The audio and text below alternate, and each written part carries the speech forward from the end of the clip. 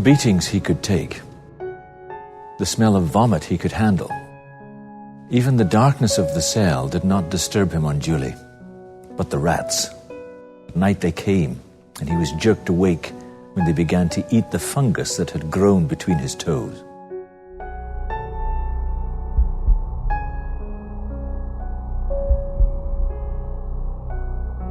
This made him very ashamed, bizarrely so, as it was not his fault, but he had always been fastidious about his hygiene.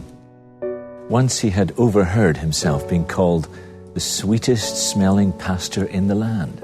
It had made him surprisingly proud, his mother too, when he told her. But even the rats were not the worst part of the experience. Those were the voices.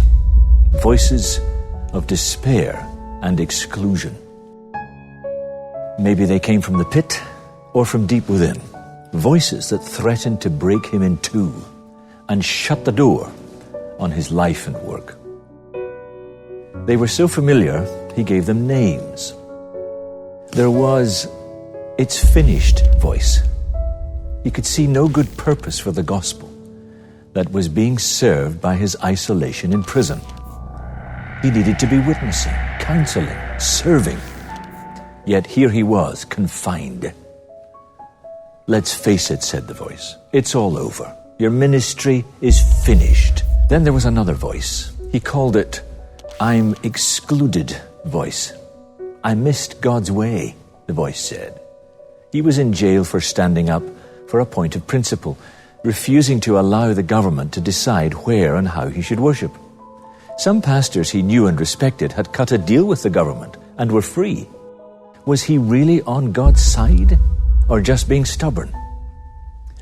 Excluded from the plan and love of God, or finished, unable anymore to do the work of God. Doors slammed shut to ministry, even to salvation itself. And that's why this verse is in the scriptures, especially for the persecuted. "I have set before you an open door, which no one can shut." Not closed doors, open ones, eternally open by the power of God. And that's the great paradox of persecution. God gives an open door to those on whom the doors appear to have shut. There are 7 letters to churches in the book of Revelation. John uses direct speech from Christ. Most of them contain a compliment, a complaint, and a challenge. Of the 7 churches, though, 2 are very persecuted, Smyrna and Philadelphia.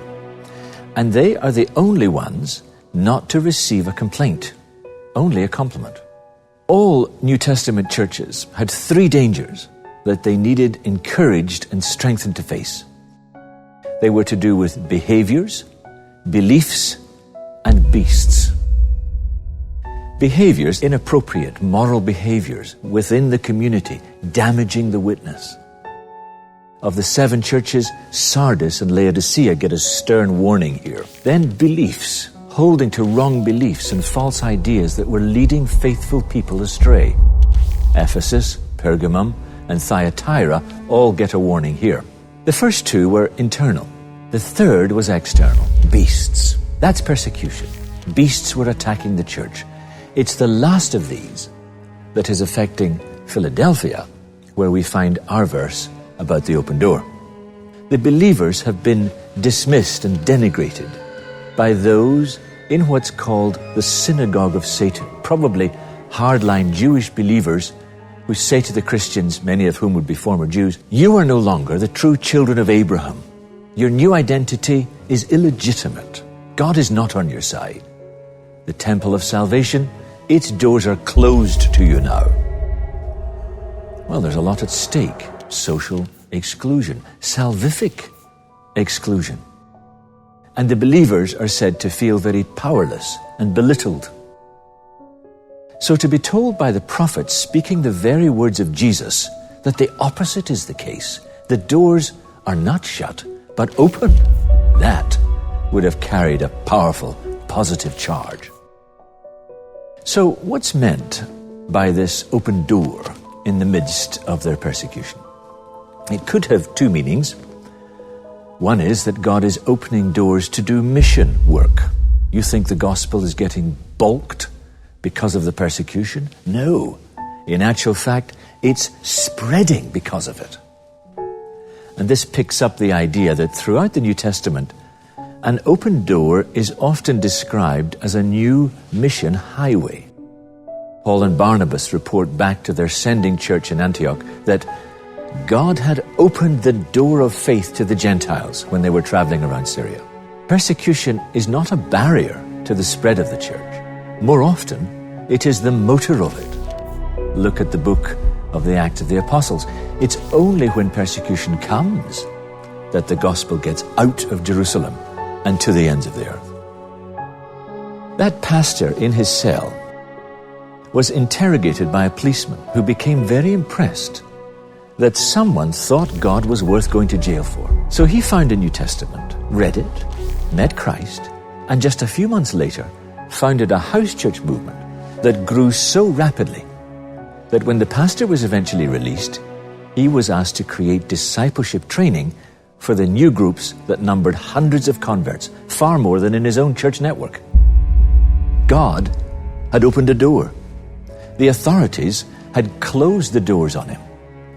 But God opened the doors of the gospel through him and reached hundreds in ways he could not dream of, sitting in his cell with his voices telling him that his ministry was over.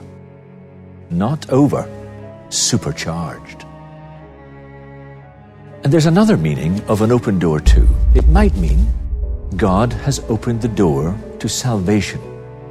As we saw, the extremist Jews in Philadelphia were saying that God had closed the temple of salvation to the Christians.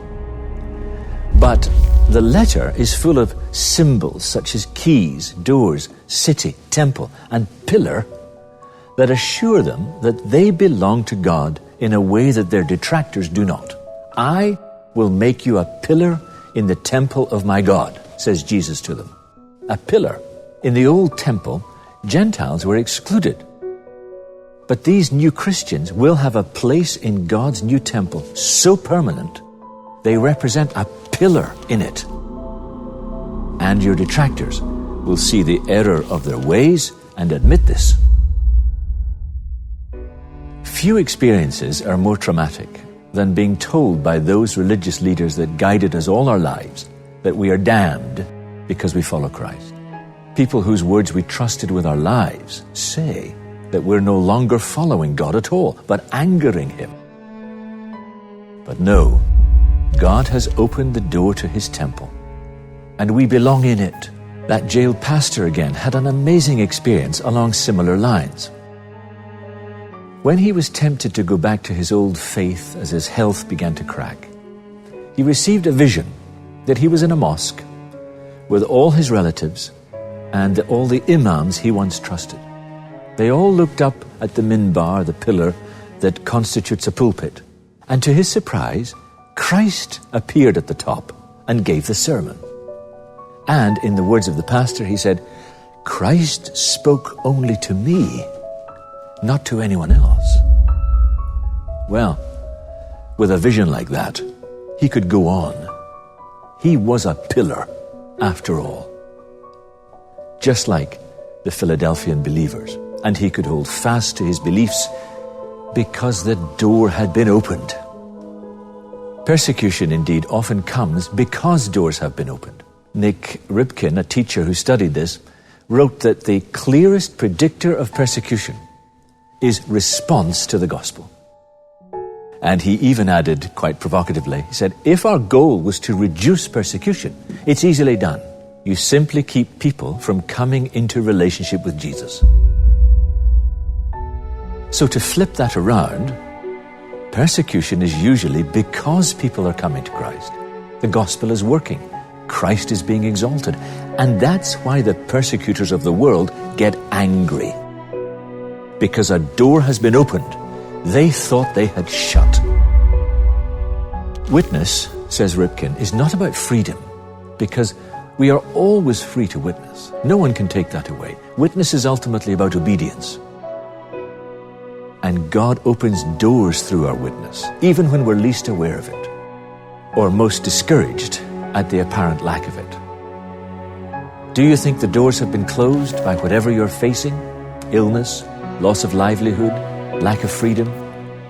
Put on your revelation visor and see the open door, the door God has opened against all the odds.